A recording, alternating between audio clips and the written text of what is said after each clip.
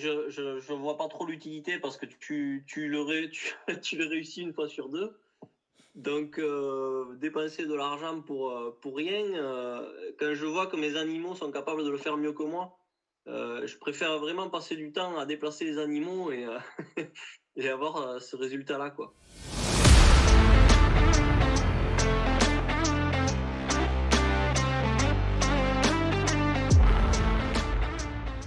En fait, voilà, je suis pas loin de Jonathan Coste. Vraiment pas loin, en fait. Je suis dans le Lot, à côté de Figeac. Donc, la ferme, on a un truc assez spécial, quoi. C'est assez complexe. On a la ferme qui est divisée en deux. Voilà, donc on a la ferme qui est séparée de 22 km. J'ai une cinquantaine d'hectares en propriété et j'ai récupéré 50 hectares à mon installation en fermage. Le gros avantage pour ma technique là, de pâturage total, c'est que j'ai 100 hectares d'un seul tenant en fait. Donc ça, c'est pas négligeable déjà. Il y a beaucoup de personnes qui sont limitées avec ça en fait. Quand on a une exploitation morcelée. 100 hectares ici et mon frère a une soixantaine d'hectares dans l'Aveyron de la rivière Lot. Donc on a une bonne partie de vallée irrigable en fait. Voilà, avec de la très bonne terre irrigable. Ce qu'on faisait avant, c'était tabac, maïs, quoi. C'était ce qui se faisait le plus. Après, moi, mon installation, il y a maintenant 6 ans, j'ai voulu tout changer sur la ferme. Mon frère avait, il s'en sortait, mais bon, il essayait de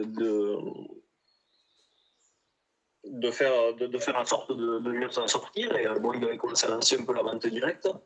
Et donc, il était installé à 3 en GAEC avec les parents. Voilà, moi, je suis arrivé en quatrième sur l'exploitation, associé en GAEC. Et donc, voilà, j'ai voulu essayer de revoir tout ça, limiter les charges et limiter pas mal de choses, quoi. C'est là que je me suis intéressé au pâturage. Enfin, voilà, j'ai cherché sur Internet, en fait, tout simplement, des méthodes de pâturage. Donc, j'ai commencé avec du pâturage tournant dynamique, tout simplement. Ensuite, je me suis équipé en KiwiTech sur le quad. J'ai fait une formation pâturage. J'ai la chance d'avoir quelqu'un qui fait une formation en pâturage et qui vend KiwiTech en fait en France. C'est André Delpech. Je ne sais pas si vous connaissez. Ouais. J'ai eu l'occasion de faire une formation, Jaime Elizondo, qui est venu à Guéret pour une formation en fait. Donc j'ai fait cette formation maintenant, je sais plus, il y a 3 ans sûrement, je crois. Et donc il nous a montré les photos très peu de temps après et c'était assez bluffant. L'herbe qu'il avait regagnée en fait, il y a de l'herbe à hauteur de pick-up en fait. Quand tu pars de cailloux et de terre et après que t'as ça, tu te dis bon, si j'y arrive au Mexique, on peut y arriver chez nous quoi. Enfin, je sais pas, c'est assez encourageant quoi. Il fait du mob grazing, non? Non, il appelle ça lui le total grazing en fait. D'accord. Donc c'est le pâturage total. Voilà, donc c'est pâturage total non sélectif en fait. D'accord. Après, je suis parti sur le truc de laisser le maximum d'animaux dehors. Ça c'est le pari. C'est un pari avec mon père surtout parce que je suis assez têtu. Et mon père m'a toujours dit, tu n'arriveras jamais à garder des animaux dehors tout l'hiver. Je l'ai pris au mot et, et j'ai dit, je ne vois pas pourquoi. Je vois pas pourquoi, on va essayer quoi. Je suis parti avec 20 génisses là, il y a 3 ans. Donc j'ai fait pâturer 20 génisses. Et après, il y a 2 ans, j'ai fait passer... il y avait une quarantaine de génisses, non, une trentaine. Et l'hiver dernier, j'ai passé vraiment tout l'hiver avec, je crois qu'il y avait, je sais plus, je l'ai marqué, 53 génisses en fait. J'ai dû donner, je sais pas, 4-5 bottes de foin, mais c'était plus pour me rassurer que pour nourrir les bêtes en fait. L'été dernier a été quand même exceptionnel, quoi. On a eu de la pluie tout le temps en fait. Moi, j'ai pas géré en fonction de la météo, quoi. J'ai géré en fonction de ce que je voulais faire. J'ai dit, je veux passer tant de bêtes dehors pendant tout l'hiver. Et je me suis dit, il faut que je garde tant de stock sur pied, quoi, pour pouvoir passer la saison. J'ai passé, donc les 53 génisses, elles ont fait 25 hectares, quoi, de stock sur pied, en fait. Avec du plus ou moins bon, quoi. À un certain moment, à un certain moment en juin, tu as mis des hectares à côté, c'est ça? Pour se dire, ok, ces hectares-là, je ne les pâture pas jusqu'à... Ok, c'est comme ça que tu as fait. Mais on les débraye, quoi, en fait, mais pas pour de la fauche, pour laisser monter, pour laisser mûrir aussi, et pour régénérer finalement par la semence elle-même, quoi. Finalement. Voilà, c'est tous ces avantages-là, quoi, après. D'accord. Du coup, tu as mis... Il n'y a pas que l'avantage de passer l'hiver dehors, en fait, il y a l'avantage aussi... Il y a l'avantage aussi racinaire finalement parce qu'on est sur... moi je suis sur des argiles, j'ai une bonne partie des sols qui est hydromorphe même.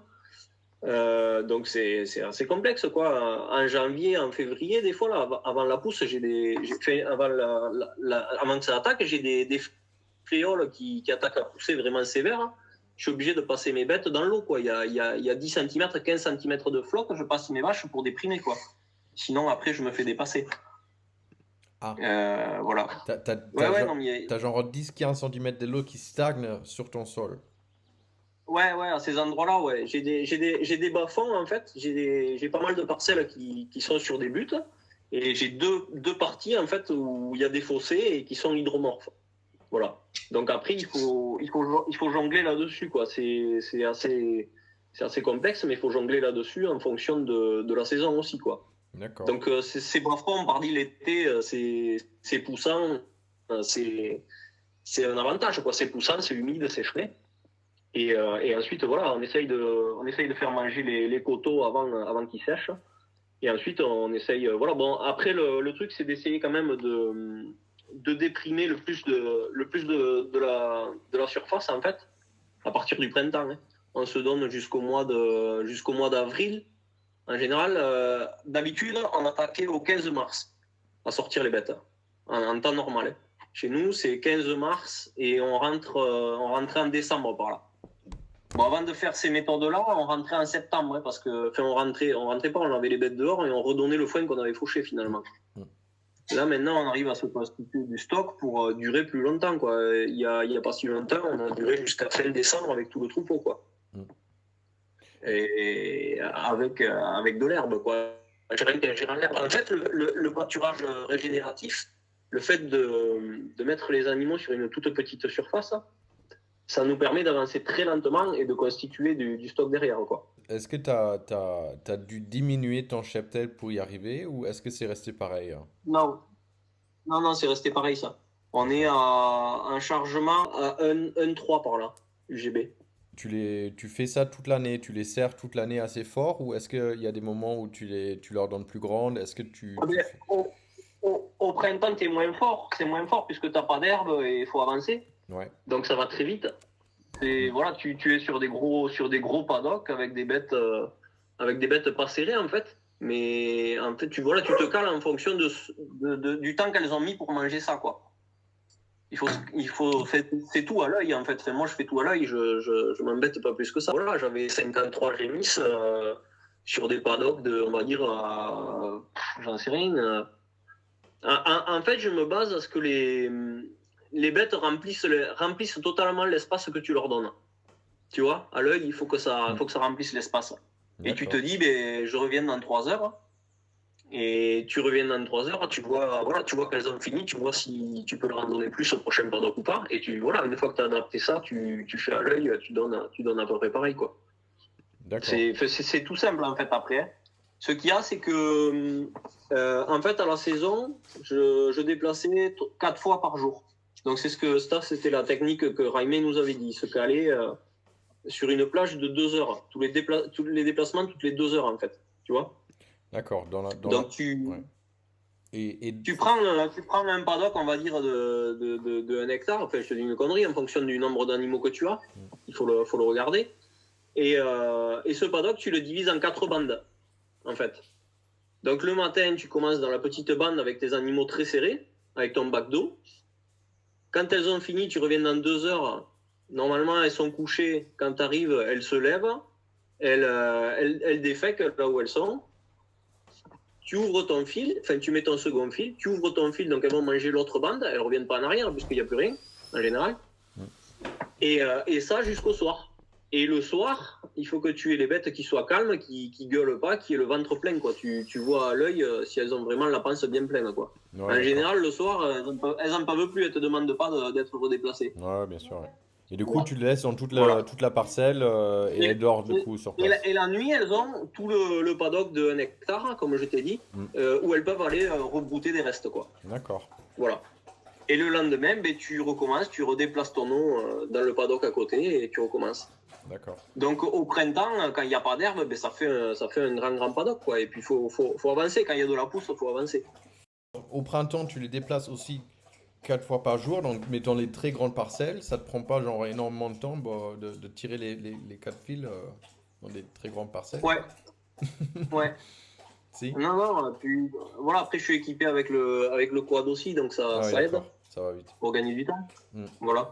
Si j'ai bien compris, le déprimage printemps, ton temps de retour, du coup, c'est à peu près 30 jours, c'est ça? Ouais, c'est ça, j'ai fait 30 jours là, cette D'accord. année, avec les vaches. Après ces 30 jours, ça commence déjà à monter assez haut, je suppose? Là, cette année, c'est surtout en train de dépiller, en fait, parce que là, la plante, Ouais, ça stresse grave là, ah bah ouais, ouais, avec la météo qu'on a. bah ouais, parce qu'il fait chaud. Après, tu les serres au deuxième tour, tu les serres beaucoup plus.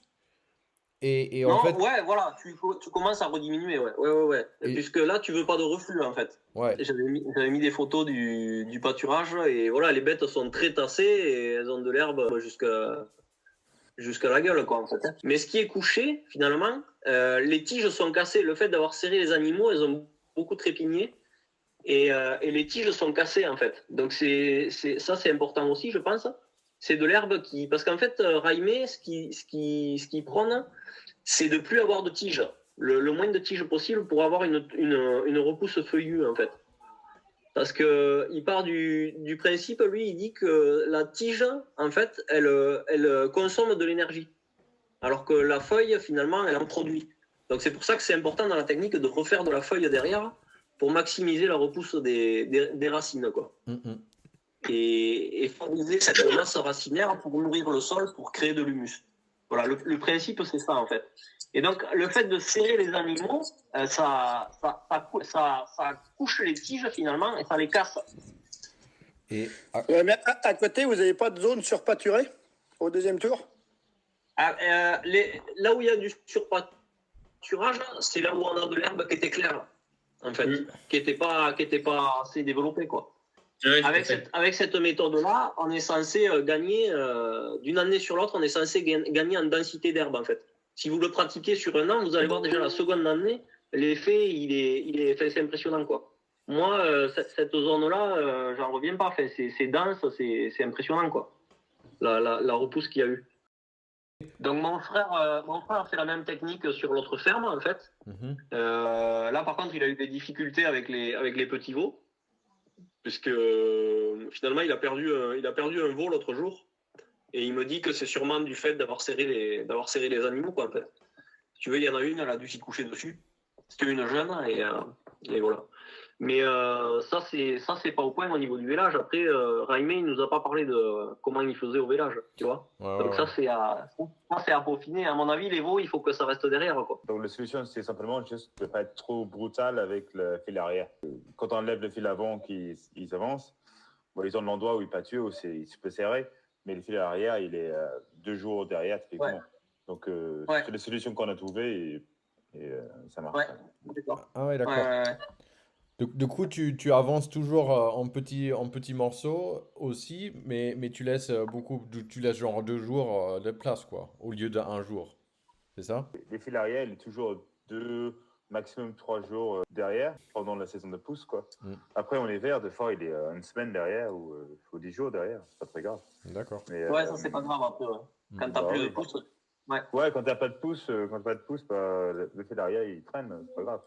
Et comme ça, ils ont de l'espace, ouais. Ouais, pour le vélage et tout ça. Et, même des fois, quand on a 2 taureaux qui ont ça naturel et de voir ça bouscule un peu. Donc, c'est bien que, ouais, c'est bien qu'ils puissent décaler et tout ça. Ouais, Ouais, c'est vrai, Ouais. surtout, vous, du coup, vous faites, Anthony, tu fais ton village, du coup, genre mai, quoi, c'est ça? Ouais, normalement c'était plus tôt, mais l'an dernier, si tu veux, ça nous a décalé parce qu'on a mis qu'un taureau pour beaucoup de vaches. C'est tout simplement, il aurait fallu mettre plus de taureaux, quoi. Ça nous a décalé tout le village, quoi. On aurait pu avoir un truc plus groupé. C'était quoi tes prises de décision pour choisir la date de village que tu as choisi? Ben, le village, normalement, était censé arriver en mars, quoi. Début mars, Ouais. quand Ouais, l'herbe il commence? mi-mars, comme je te disais, on sort les bêtes à la mi-mars d'habitude. D'accord. Et il fait pas trop humide? En général, si, il fait humide. Les vélages se font à la ferme chez mon frère. Il les fait à côté de la stabu, quoi. Comme ça, c'est simple. Après, si le temps est vraiment trop mauvais, il peut re-rentrer ou il peut soigner aussi, quoi. À l'avenir, il faudrait que ça vèle tout seul dehors et que ça gagne en immunité, quoi. Qu'on n'ait pas besoin d'intervenir là-dessus. Qu'est-ce que tu observes, Anthony, du coup, maintenant avec ton village? Est-ce que tu as déjà vu un peu des différences, du coup, que ça se tardait un peu? Est-ce que tu vois des problèmes de croissance ou ça va plus ou moins Ben, encore? ouais, ouais, si, on avait remarqué ça, ouais. C'est pareil pour la pousse d'automne, en fait, finalement. Des fois, c'est arrivé que tu des bêtes, des lots qui se décalent et des animaux qui naissent plus tardivement. Et sur la pousse d'automne, c'est un peu équivalent à celle de printemps, finalement. Tu vois, on revient sur des veaux qui profiteraient mieux. Il y en a, ils font ça d'ailleurs maintenant. Ils font un vélage au printemps, un vélage à l'automne, quoi, aussi. D'accord. Chez nous, c'est ça, quoi. On a une repousse après à l'automne, après la sécheresse, quoi, en général, dans le sud. Ensuite, voilà, il faut travailler sur la génétique. Donc ça, c'est la suite du truc, quoi. Il faut travailler sur la génétique, quoi. Il faut garder les bêtes qui sont adaptées à ce pâturage, quoi. À D'accord. manger de l'herbe épillée, à manger de l'herbe sèche, voilà. Est-ce que tu vois déjà chez toi des différences entre vaches et vaches? Genre, est-ce qu'il y a des vaches qui sont grasses même... Ouais, ouais, ouais, il y en a qui se tiennent mieux que d'autres, oui. Oui, D'accord. ça c'est sûr.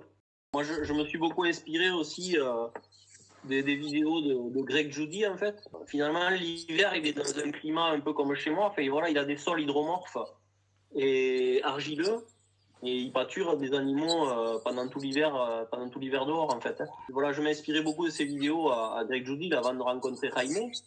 Et Greg Judy, lui, par contre, lui, c'est du mob grazing, quoi.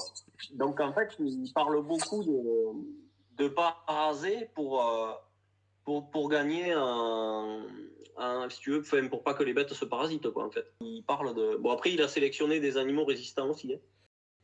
Mais vos parcelles, elles sont ombragées ou pas? Il y a des problèmes sur les grandes parcelles parce que j'ai pas d'ombre. Et voilà, on est en train de replanter des haies, voilà, pour pallier à ça, quoi. Voilà, on parle beaucoup en pâturage tournant dynamique qu'on tue la vie microbienne du sol en laissant le sol à nu. Mais finalement, et du coup, on parle de surpâturage quand on parle de ça en pâturage tournant dynamique. Jaime, lui, le terme de comment dire, le terme de surpâturage, il n'est pas du tout le même. Pour lui, le surpâturage, c'est refaire à manger la plante avant qu'elle ait repoussé, en fait. Avant qu'elle ait vraiment fait des réserves et des racines. Mais Anthony, toi, par exemple, tu enlèves tout quand tu as expliqué. Ben, Mais est-ce que tu observes ouais, que tes ouais. racines elles se diminuent ou pas? Genre, en fin de compte. Tu vois que là où tu as plus gratté, tu vois que ça met beaucoup plus de temps à revenir, c'est sûr. Hein. C'est beaucoup plus long à revenir. Si tu laisses un peu plus, oui, tu as une repousse déjà presque au bout d'un jour quand c'est poussant, quoi. Alors que quand tu as gratté, au bout d'un jour, ça bouge pas, quoi, c'est sûr. Le truc qu'il y a quand même, c'est que tu fais cette place pour avoir plus de plantes au centimètre carré, quoi. Ça c'est vraiment dans la repousse que j'ai eue là cette année, c'est impressionnant, quoi. T'as les plantes, enfin, ça se touche, quoi. C'est dense, c'est magnifique, quoi. Lever la dormance de graines, quoi. Ouais. Ben, en fait, il y a aussi de serrer les animaux comme ça. Il y a aussi le fait du piétinement, quoi, qui est vraiment super important, quoi. On laisse le sol nu, mais le piétinement lève la dormance de beaucoup de graines, quoi. Et des Et bouses, tu à fais un mon peu de avis. sursemis ou pas? J'en ai eu fait, mais je vois pas trop l'utilité parce que tu le réussis une fois sur deux. Donc, dépenser de l'argent pour rien, quand je vois que mes animaux sont capables de le faire mieux que moi, je préfère vraiment passer du temps à déplacer les animaux et avoir ce résultat-là, quoi. Juste avant de mettre les animaux dans cette bande pâturée, là, tu sèmerais à la volée à la main, en fait, sans tracteur, hein, à la main avec une petite moulinette. Tu pourrais peut-être choisir ce qui relèverait, quoi. Ouais. Et je l'ai eu fait hein, sur des endroits vraiment dégradés que j'avais loupé à l'automne un passage, quoi. Les bêtes, elles avaient tout labouré. Et ben, j'avais mis des photos d'ailleurs. Toujours pareil, c'est pour se rassurer finalement. Tu te dis, bon, je vais remettre quelque chose parce que bon, ça fait tâche, ça va jamais revenir. Mais je l'ai fait en sursemant. Bon, oui, ça marche, tu vas avoir des espèces qui vont revenir. Mais quand tu le fais pas, ça revient quand même aussi, quoi. Oui. tu refais passer les animaux au printemps, là, quand la terre va bien, que c'est un peu meuble, et tu tasses bien tes animaux, là, tu les laisses un peu plus longtemps, et quand elles t'ont nivelé ça, là, et qu'elles ont bien trépigné, à la prochaine pluie, c'est jackpot, quoi. T'as l'herbe, elle est bien verte, vert foncé, là, et tu l'as pas semée, quoi. Elle est revenue toute seule, quoi. Tu vois, les prairies, moi, quand je disais que j'ai réimplanté des prairies après mes céréales, là, on passait les disques pour pas trop travailler, on labourait pas. Mais les disques, ça multiplie bien les rumex. Terre à céréales aussi, depuis plusieurs années, c'était farci de rumex, il y avait des rumex partout. Le voisin, quand il voit ça, il devait s'arracher les cheveux, il devait dire oh, putain, l'autre il a semé du rumex. Et bon, tu te dis bon, mais oui, mais le rumex il est là pourquoi? Donc tu vas chercher pourquoi il est là le rumex, il est là pour décompacter, il est là pour équilibrer le sol, quoi. Et donc tu laisses faire, tu continues ton pâturage. Et puis, putain, une année, là, ça fait 3 ans, mon père, il me dit, putain, mais il faut faire quelque chose avec ces rumex, là, parce que tu vas en avoir partout. Bon, alors, tu as du remords, tu prends la serpe, tu vas couper les rumex avant qu'ils viennent en graines, tu fais un tas de rumex. Et puis, finalement, tu t'aperçois qu'un an après, même si tu l'avais pas fait, parce qu'il y a des endroits, il y avait des graines quand même si tu l'avais pas fait, il aurait disparu tout seul quand même. Et quand il a eu fait son travail, il disparaît. Là, ça fait 4 ans maintenant, 5 ans qu'elle est implantée, cette prairie. Et le rumex, il est parti de lui-même. Donc, c'est une parcelle très. Avec le sol vraiment. L'eau, elle reste, quand il fait des grosses pluies, l'eau, elle restait en surface pendant très longtemps. Pendant presque un jour même. Et maintenant, je commence à voir la fétuque élevée qui s'est implantée. Et donc, elle a fait son travail avec les racines. Et le rumex, il n'a plus lieu d'être, quoi. Il y en a quoi? Il y en a 10, quoi, alors qu'il y en avait un champ. Il y en a plus, quoi. Et le sol, à l'automne dernier, quand il y a eu une grosse pluie, il s'est ressuyé beaucoup plus vite, quoi. Bah oui, du coup, tu as amélioré la structure, quoi. Tu as amélioré le cycle de l'air, le cycle de l'eau. Ouais, la nature est bien faite, quoi. Après, je pense que les transitions sont toujours très compliquées dans une système vers un autre. Après, c'est dans la tête, ouais, et c'est chouette à avoir un appui, justement. C'est un peu le but du groupe Facebook et cette soirée-là, c'est d'avoir un réseau d'appui pour qu'on puisse discuter de nos problèmes et tout ça, quoi. Ça, c'est chouette. Mais, tu sais, moi, quand je faisais les céréales avec la rotation de luzerne, finalement, je faisais moins je déplaçais pas mes animaux 3 fois par jour. Je les déplaçais 2 fois, une fois le matin, une fois le soir, c'était pas contraignant. Je le faisais quand même. Et puis je passais mes soirées sur le tracteur pour pas perdre les feuilles de la luzerne, quoi.